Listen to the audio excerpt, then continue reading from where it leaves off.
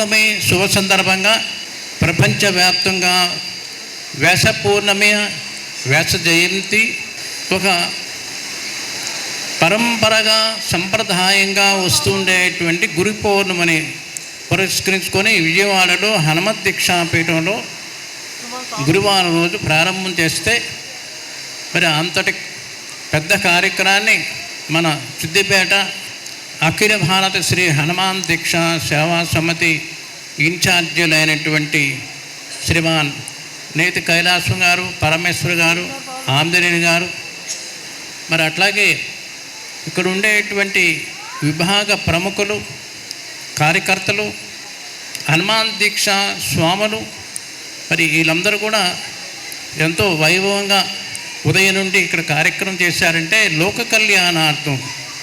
ఇది మీకోసం, మా కోసం, అందరి కోసం, లోకంలో ఉండే ప్రతి ప్రాణికి మంచి జరగాలని ఈరోజు ఒక అద్భుతమైనటువంటి హనుమత్ హోమాలతో ప్రారంభం చేశారు.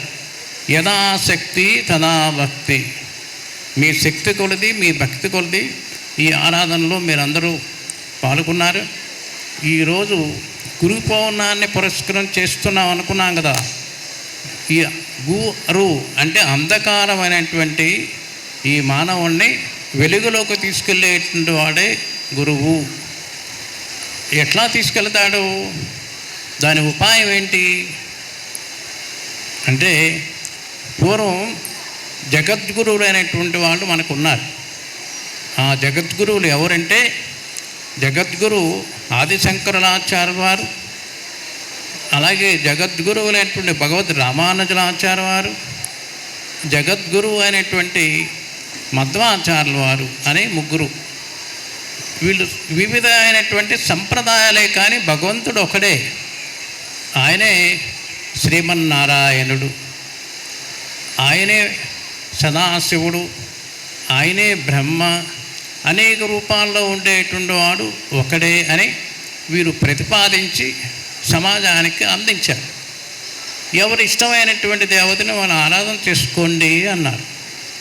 దాంట్లో అగ్రగణ్యుడు అయినటువంటి తస్మై శ్రీ హనుమత్ గురువే నమః. హనుమంతుడే ఆచార్యుడుగా, హనుమంతుడే గురువుగా మన హనుమత్ దీక్షాపీఠం ప్రతిపాదించి హనుమత్ దీక్ష మంత్రాన్ని, హనుమత్ దీక్ష నియమాన్ని సమాజానికి అందించడం కోసం సద్గురు సైదప్పర స్వామి మహారాజ్ విజయవాడలో ప్రారంభం చేశారు. పవిత్ర కృష్ణానది తీరు ఇంద్రకీలాద్రి ఉత్తర ఈశాన్య భాగంలో ఆనాడు 100 సంవత్సరాల పూర్వం ప్రారంభించినటువంటి ఈ దీక్ష మంత్రం ఒక ఉద్యమంగా కొనసాగుతూ ఇతర దేశాలు కూడా ఈ హనుమత్ దీక్ష మాలాధారణ మంత్రోపదేశం పొందారు.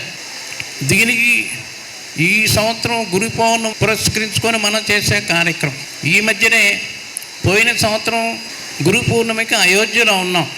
అయోధ్యలో అక్కడ గురు పూర్ణమి కార్యక్రమంతో సీతారామ కళ్యాణం, అయోధ్యలో తెలుగువారి సీతారామ కళ్యాణం చేసాం అన్నమాట. మరి ఇట్లా ప్రతి సంవత్సరం ఒక్కొక్క ప్రదేశాల్లో కార్యక్రమాలు చేసుకుంటూ వస్తూ ఉంటే మరి ఈ సంవత్సరం స్వామివారు ఏమనుకున్నారో, అసలు హనుమత్ దీక్ష ప్రారంభమైంది సిద్దిపేటలో కదయ్యా, మరి అలాగే ఈ సంవత్సరం గురు పూర్ణిమను పురస్కరించుకొని ఇక్కడే కార్యక్రమం పెద్దగా చేయండి అని అనుకున్నట్టున్నారు స్వామి హనుమ. మరి ఆ కార్యక్రమాన్ని సిద్దిపేటలో ఘనంగా వైభవంగా ఈ కార్యక్రమాన్ని నిర్వహిస్తున్నటువంటి కార్యకర్తలు, ఆర్గనైజర్లు అందరూ కూడా ముందుకుండి మిమ్మల్ని అందరినీ కూడా ఆహ్వానం చేశారు. మరి ఆ 10 మంది చేసుకుంటే అయిపోతుందిగా, మిమ్మల్ని అందరినీ పిలవాలి, ఆ పుణ్యం వారికి వచ్చేస్తుంది కదా. అంటే వారి ఒక్కరికే కాదు, మీ అందరికీ రావాలి, సమాజానికి రావాలి, మన సనాతన హిందూ ధర్మం స్థాపన పడాలి, రక్షించబడాలి అని వారు సంకల్పించారు.